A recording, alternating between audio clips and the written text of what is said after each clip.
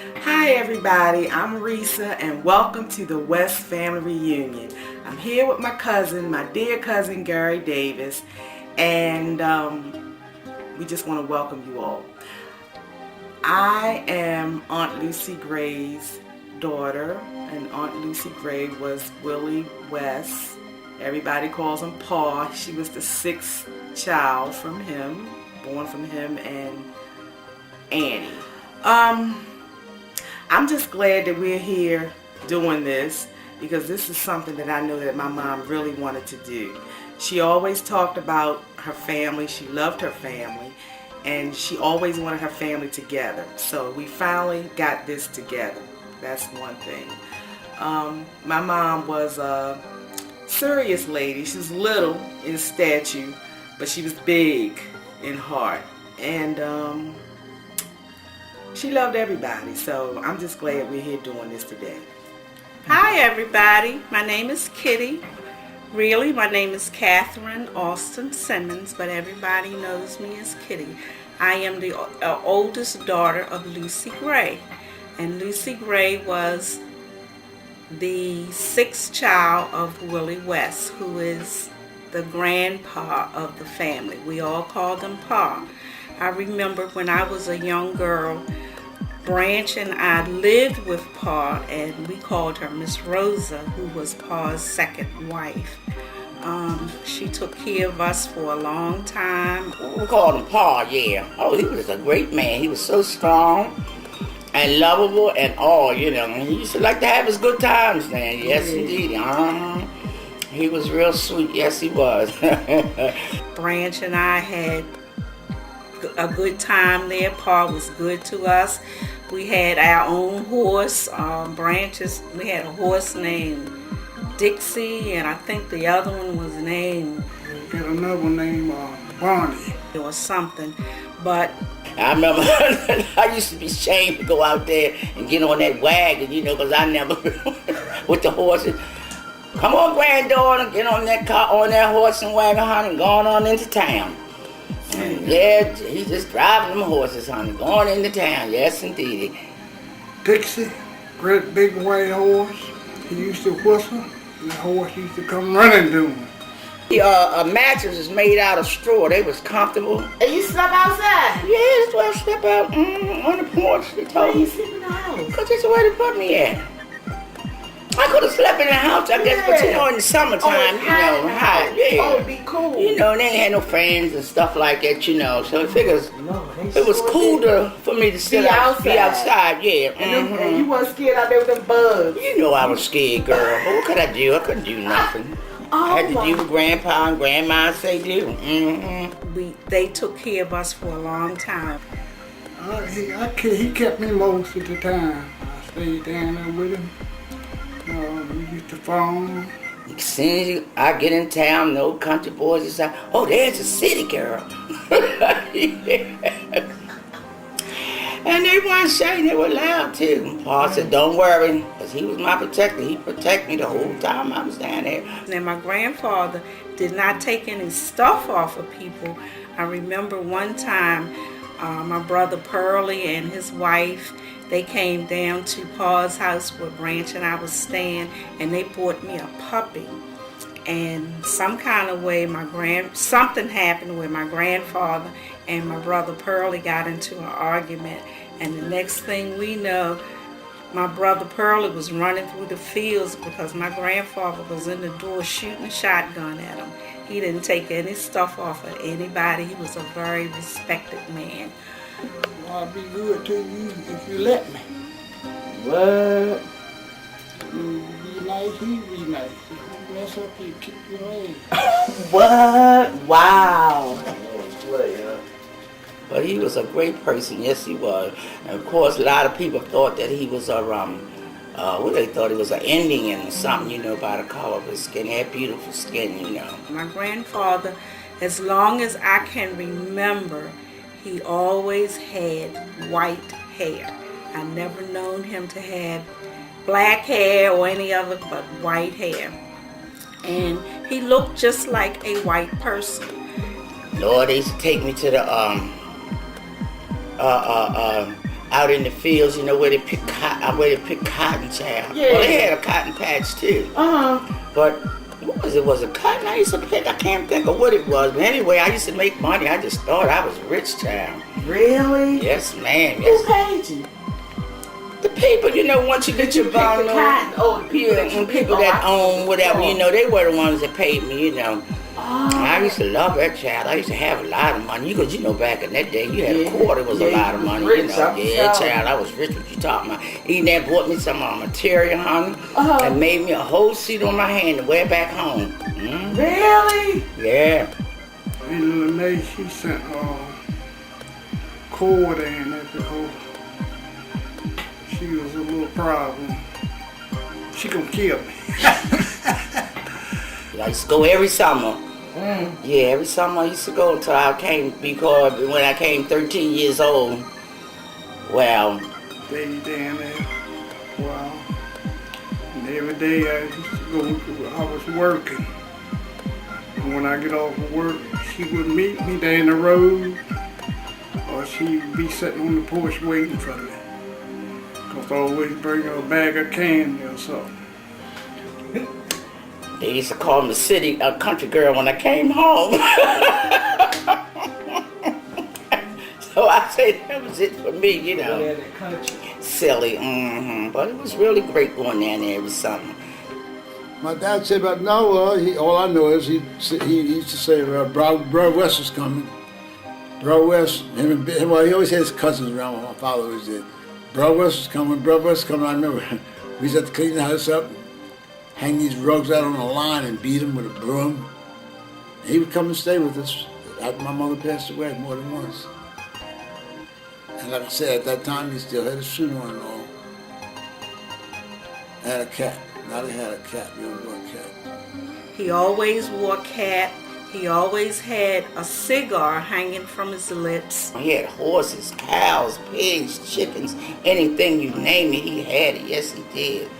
That's why I say I used to love to go out in the cotton patch out there, because they would had little watermelons out in the cotton patch, and I can go through the cotton patch, you know, pick the watermelon, throw it down, just eat out the other part with my hand. I used to love to do that, you know, because he had so many, it didn't matter, you know. As far as my grandfather's concerned, the first time I remember seeing my grandfather was in 1938 when my mother passed away. My father sent him a telegram, and it came up the next day or 2 days later, and my Aunt Bunch sewed a black armband around his arm and my father's arm. And when he came up here, he stayed up here with us a couple of times. And he came back to visit a few more times after that. But every time I saw him, he had a suit on and a cap. Every time I saw him, he had a suit and a cap. He did this a couple of times in between. The last time I saw him was in the 1963. My father went to. And this is the last picture, probably that he took right here.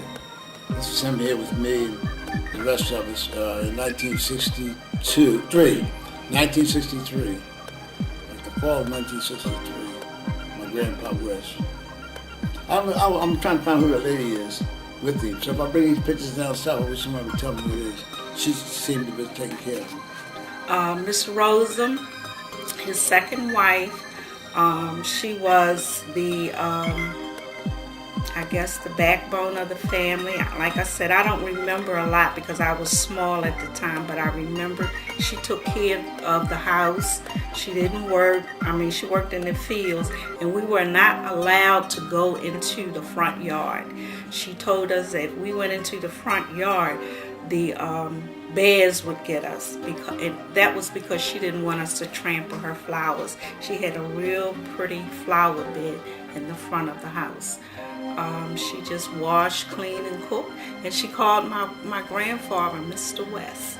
I never heard her call him Willie or Willie West. It was always Mr. West. Grandma Rose. Yes, indeed. She was a trip. She was mean. Well, give me for saying that, but that was her way, I guess. She was good some days, and some days she was a little rough. Willie West and Lou Anna Arrington were the parents of 8 children. They were Ortney, Lily Mae, Willie Lee, who was known as Buster, John West, who was known as Rooster, Lucy Gray, Sally West, Herbert West, and Elizabeth West. And then Willie Paul had a son named George Davis, who was known as Uncle Love. We are not sure if Uncle Love was before the daughter Ortney was born in 1907 or after that period of time. I don't know anything about Ortney West other than she was supposedly been the oldest daughter, and she moved to Jersey at an early age with her husband, John Davis. My name is Clarence Davis.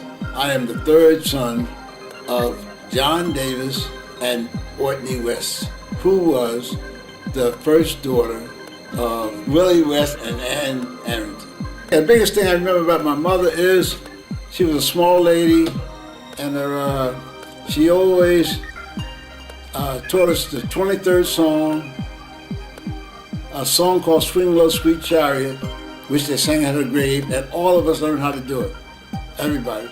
Every night we go to bed, we say prayers before we went to bed, and she would be able to say prayers for it with us. She cooked a lot and all. I remember one time I burnt my hand on the stove here. Oh man, that was way back when I was about 4 or 5 years old. And she made me a coconut pie from burning my hand. The mark was still there on my stove. And after she passed away, what happened was she passed away in 1938. And when she passed away, I'll never forget, because it was raining all day long. And we saw when they took it down. That's when Grandpa came over to see her. But she was sick. She died of double pneumonia. I think she was 32 years old when she passed away. But she was in the room all the time with Dixon, I know that. But she did make sure we went to Sunday school church, made sure we went to church, which was 10th Street Baptist Church, made sure we said the Lord's Prayer, and the 23rd song, and I know it right now, I will repeat it. And also Swing Low, Sweet Chariot was another one of our favorite songs. They sung it at a wedding. My father whistled it all the time. And it took me about 70 years before I could get a picture of her, which was down south, taken the same time that these pictures were taken of me when I was about 3 years old in the middle. Okay? These were taken all the same. And a picture of my mother was taken. 3 of them. We all had them on our wall. These 3 pictures here for years. But somehow this picture disappeared, and we finally got it back. Many years ago, my mother, Lucy Gray, did make contact with one of Ortney's children, and her name is Christine. And since that period of time, we have been in contact with those siblings or children of Ortney Davis. Aunt Lily Mae, I know a lot about. We called her Aunt Sue. My mama, oh my God, my mother. The sweetie cake. Best thing I remember about Aunt Lily Mae is baking them pound cakes. She loved baking pound cakes. Aunt Lily Mae, she just was a nice mom. She was really nice. She liked gardening. She would always be out in the yard with her garden, and she loved clocks. She had her kitchen wall was filled with clocks, and in one of her bedrooms upstairs, she always cherished her cards that people gave her, Mother's Day cards, Valentine's Day cards, and she would take all the cards and post them in one of the bedrooms, and I would go there and lay on the bed, and I would lay up and read all the cards, one row at a time. Well, my mother, she was just a loving person, you know, and she loved her family, hard work, and everything, you know. She was just a lovable person, and she loved her family, her children. She taught us so much, you know. Right today, I have so many of her teaching, you know, what she had taught me, you know. And I say, when people say, what? I say, I got this from my mama, you know. Take, for instance, like when we were going to school, she would get our clothes ready at nighttime. You don't wait till in the morning to get your clothes because you don't have time to run around and whatever. You do your stuff at night. And I still abide by that today. Wherever I'm going or what I'm going to do, I always have my stuff ready for the next day. And she just taught us great values and everything. And how to treat people, you know. But she always used to tell me, you treat people the way you want to be treated. And she was so right, you know. And she was just a beautiful person, hard-working person. And a pretty woman, too. I'll put that too. Yes, Yeah, my mother was a good lady. Yes, she was. She was a lady. Well, she had 13 children. Yeah, 13 children, yes. Yes, and took care of all of them. Yes, she did. And she loved the garden, and she had a very large family, and her children, and they are the Malones. They are a well-known part of the West family, and I love them all. Oh my God, Uncle Buck. Oh, he was something else. That was my mother's twin brother, but he was sweet too. Lord, I used to every weekend. That was my route, going down to Uncle Buster's house. And having a good time. Uncle Buster, he was a trip. Lena, ain't time at Blake. He used to call her Lena. He drank a lot. At least Uncle Rooster did too. And you know, they were sweet too, you know, and they just loved me, and they just loved for me to come there, you know, they looking for me every weekend. And I was there every weekend. He was a hard worker. He used to do this, you know, what do you call it, like you do the streets out there? The streets, Making them a cleanup. No, he Construction? Yeah, construction, you know, he used to do on the streets and whatever. And I used to stand there and watch him, you know, he was just working up and stuff. He was a hard worker too. Yeah, he was a good person, sweet too, yes he was. Uncle Buster, whose real name is Willie, he only had 2 children, and they are Son and Robert. Robert has since passed, but those were the only 2 children. And Uncle Buster was very close to the family when he was alive. John West, who we called Uncle Rooster, he was the... Uncle Rooster, oh my God, he's a wildcat. He was a comedian. Uncle Rooster, he was real comical though. He was sweet too. But everybody knew and loved Uncle Rooster, so that's where everybody went to his home. He was so calm, and he loved his good times too because he lived downstairs. My Uncle Buster lived on top, and he lived under Uncle Buster. Yeah, and I used to go down there, and we all would be together again. Yeah, but he was a real comedian, like, you know, he was comical, very comical. I would just go there and sit around and watch and laugh at everybody because everybody's having a good time, and I guess that's what I liked. It was a good time, no arguing, no fighting. They were just dancing, and people just dancing and sitting around talking, and that was it. And I just watched them. I remember Uncle Rooster used to play the harmonica. Oh yeah, he used to play all that stuff. Yeah, and on the weekends when we be down there having great times. He was funny though. He was real funny. Uncle Rooster was a trip. Yes, he was. He'd keep you laughing.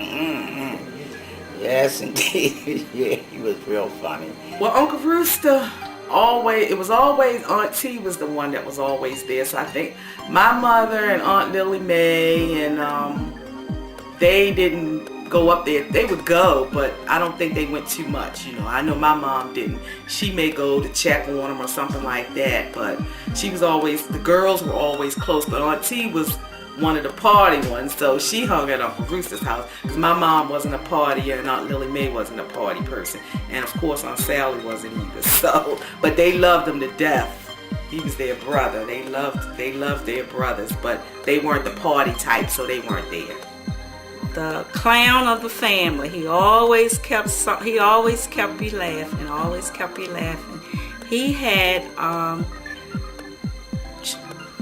daughter named Bo Peep. He had a son named John. He had a daughter named Nancy Mae. a son named Freddie, and a son named who we called Tuluti, but his name was Mac, and we were all very close growing up. And then of course there was my mother, Lucy Gray, who had a total of about 14 children, 9 children, I'm sorry, 9. And of course she was the sparkle of my eye. Couldn't ask for a greater mother. She had a great heart. She loved people. She loved her family. My mom was a serious lady. She was little in stature, but she was big in heart. And she loved everybody. I'm Gary Davis. I am the grandchild of Ortney West. And if it wasn't for my great aunt Lucy Gray, I probably wouldn't even be here right now, because she's the one that got us all together. My mother, or I should say my grandmother, she passed away at 31 years old. And so my father and his brothers and sisters didn't know that side of the family at all. But Aunt Lucy wanted to know her sister's children, so she reached out and she found my Aunt Teen, or Christine, and from that we all joined forces and we met one another. I went to go see in the early '80s. I went to go see Aunt Lucy, and she told me the stories all about the West, and that's how I knew all about them. My father didn't really know his aunts and uncles and things until I kind of sort of reintroduced everybody to one another. So she's responsible. So Aunt Lucy is responsible for kind of sort of the family history, because she gave me the family history and told me about everything. And she's a wonderful person. She told me all kinds of stories about Paul John the Well Digger, and my great-great-grandfather John Arrington, and how he invented some mechanical man that almost killed him, and about Paul John the Well Digger, who dug wells for everybody but didn't have one, and the well collapsed on top of him, caved in on him, and everything was like, she's telling me these great stories that was like movies. So important person in our family, and for sure. My mother was a very spiritual person. She was soft. She was a serene person. But when you got her mad or riled up, she was mad. You didn't want to get on her bad side. She was the type of person who was, I'd say she was strict, but she was good. And I mean, you could go to her and she would do anything for you. She didn't mind helping people out. She was the type of person, if you didn't have somewhere to live, you could live in her house. There were times when we had 2 or 3 different people living in our house because they had problems with their mother or something going on personal in their life. She was that type of person. What was funny about her was that wherever room she went in, most of the time her purse was nearby. But she always said, if you asked her for, if I went to her and I said, "Mom, do you have $20? No, I don't have anything but $2. That's all I got to my name." And maybe about 10, 15 minutes later, she'll come back and give you the $20. Where she got it from, nobody knows, but that's the type of person that she was.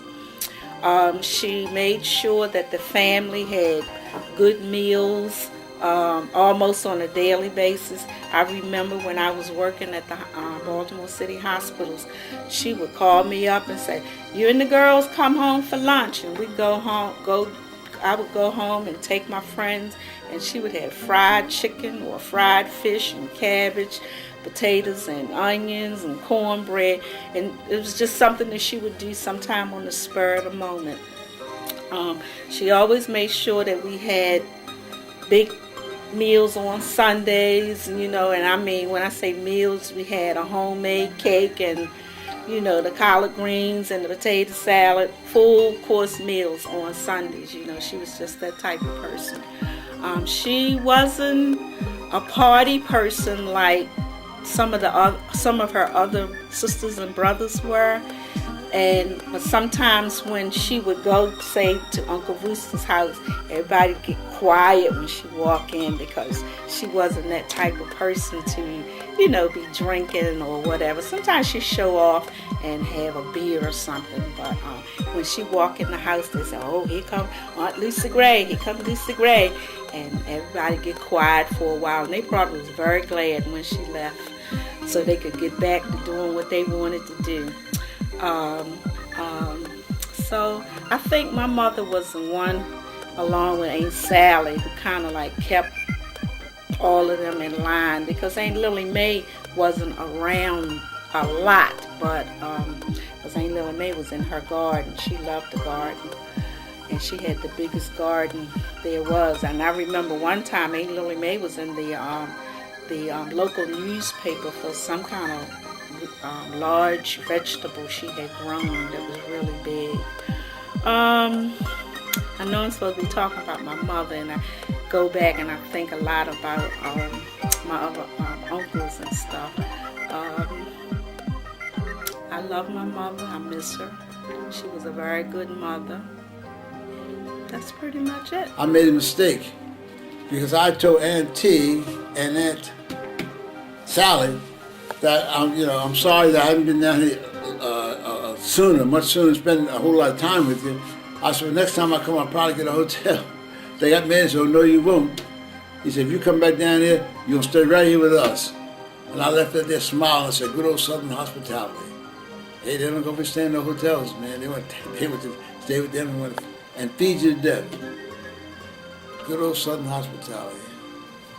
Oh, Aunt Sally, oh yeah, that was my girl too. Yes, indeed. I used to go down, go stay with her every weekend. Just about. She lived up in near Pennsylvania Avenue. I never forgot. And what was his name? They got the old yard. They had the old junk all in his yard. That came on TV. Stanford, son. Stanford. Yeah. All right, recent. Hey, look. And Aunt Sal and us, she's living over in West Baltimore. I can't think of the street where she lived at. But anyway, we used to walk around, she used to take me out. We would walk around, and we came by this, I forgot the place where he was a comedian at. And it was a lounge, I was young. We standing there, and he was... Theater. No, it wasn't a Royal Theater. It was a lounge, people go in, enjoy and drink and whatever, But anyway, and he was right there at the window, talking to stuff or whatever have you and everything. We just standing there and just looking at him. Mm-hmm. And I used to always ask her, "Aunt Sally, take me back up there where the man at up in the should have taken me up there." I enjoyed that, Only thing, Aunt Sally, she was a good person too. Yes, she was. She was a good person, yeah. And I never forget when I used to go down the country and stay. She used to come down here, and Miss Rosa used to cook all that good food, and I would eat jam and have a good time. When she came there, she brought all her everything, And Lord mercy, stopped me from eating some of that good food because I wasn't supposed to have it. I said to myself, I'm glad Aunt Sally leave. But I guess she was doing the right thing, because I didn't eat it at home, on account of religion, But she was a swell person too, Aunt Sally. Yeah, she owned her own store and all that and everything. And brother Arthur, her husband, yeah. But they were really good folks too. Yes, they were. I just had a beautiful family, and I'm just so glad and thankful that I was able to get around to all of them, Mm-hmm.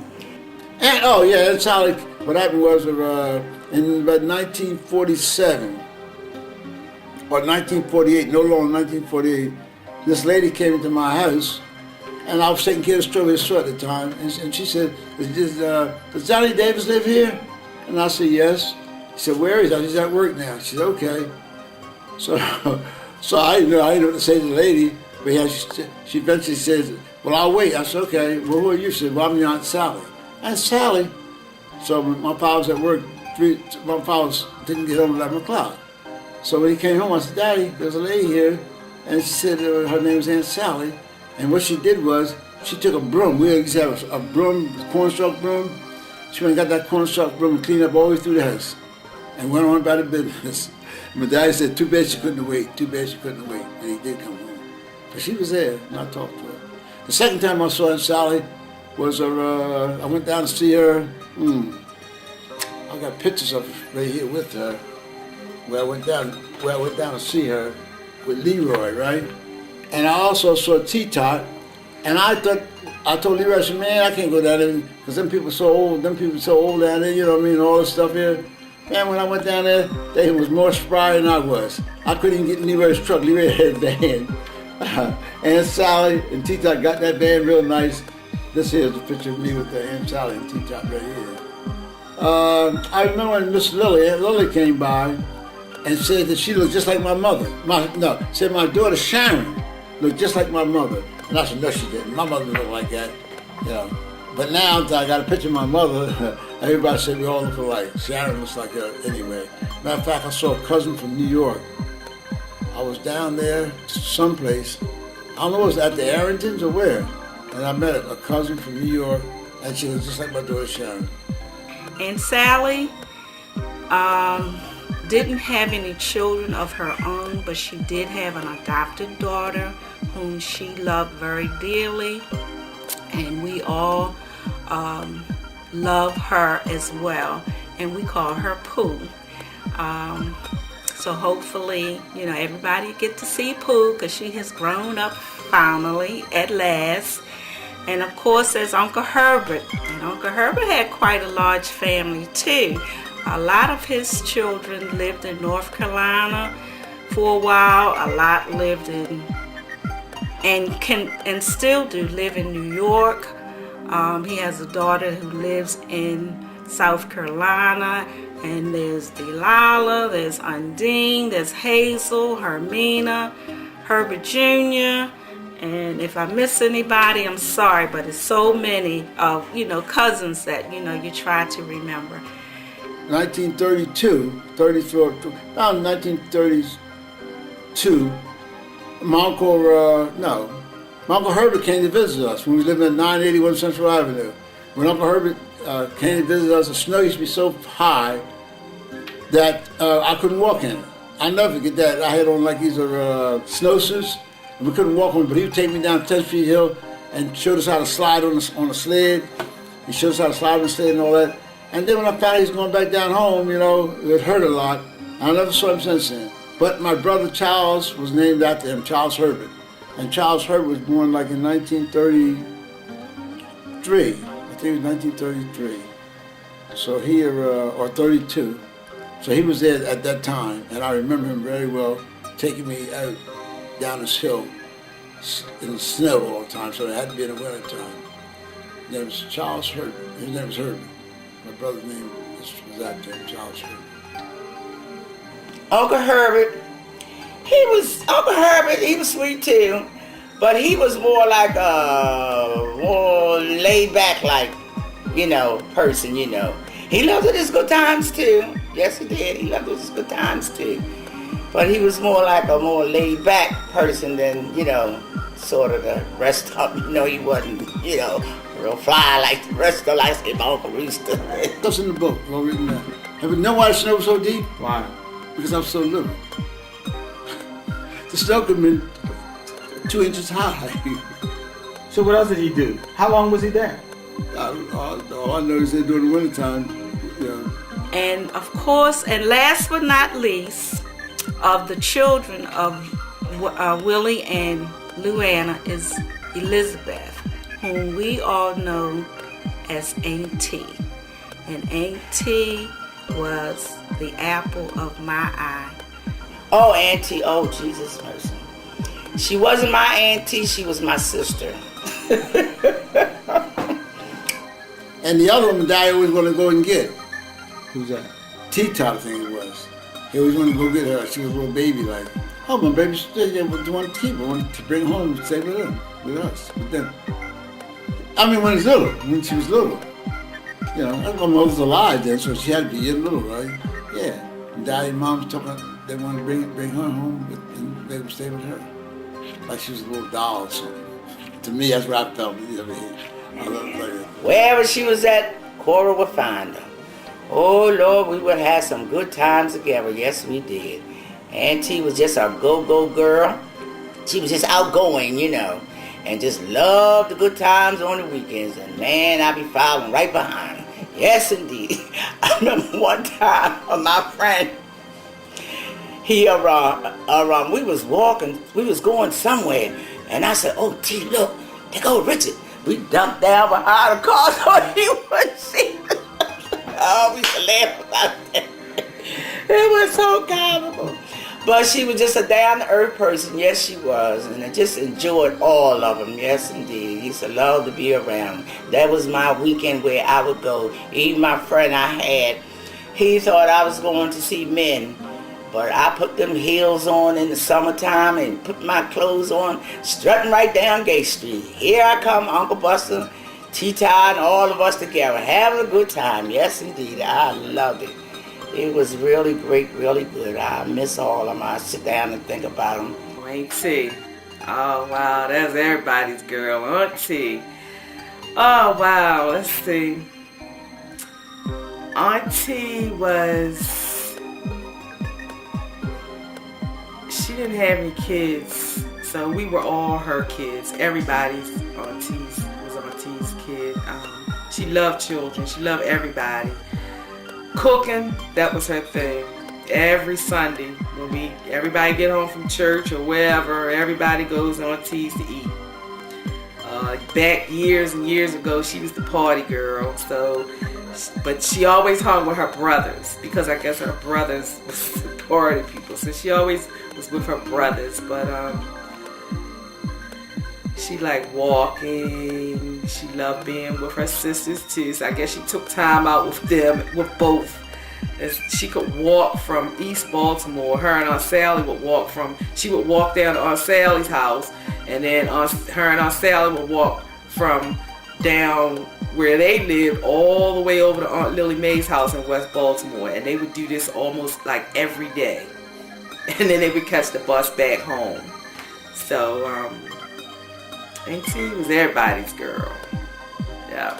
She liked to bake too. Yes, she loved baking and cooking. And she wanted everybody to eat. She wanted to make sure everybody was eating. So she looked forward to going downtown to Lexington Market or the market on Monument Street to make sure she had everything ready for Sunday dinner. And then even during the week, you call or she would call you and say, "I got this food over here. Is anybody coming over here to get it?" So you didn't have to worry about cooking when Auntie around. She didn't have any children of her own, but I have always been her daughter from the time that I can remember. In North Carolina at a young age, I was some kind of way always with Auntie or near Auntie or wanting to go to Auntie or something. She took me to baseball games. She took me shopping in Warrington. Even when we moved to Baltimore, she was basically the one who took care of me. My mother didn't know anything about combing hair. Auntie combed my hair. She took me shopping for Easter, for school. She was the apple of my eye. And then as I got older, she became closer to, I would say, my mother's side of the family, because she stayed with us for a long period of time, before my mother passed and even after my mother passed. And then of course Risa kind of like took over my spot as being the apple of her eye, but it's all in love.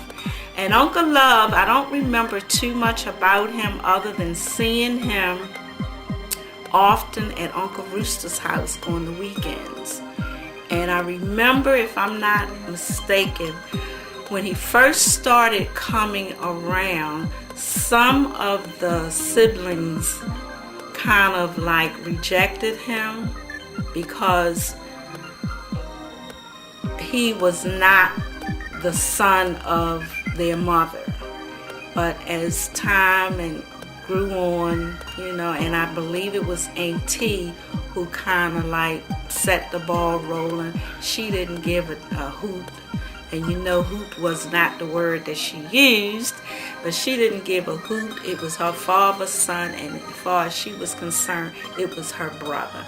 And then I remember over the years, everybody else kind of like feeling that same way. And that's it in a small nutshell.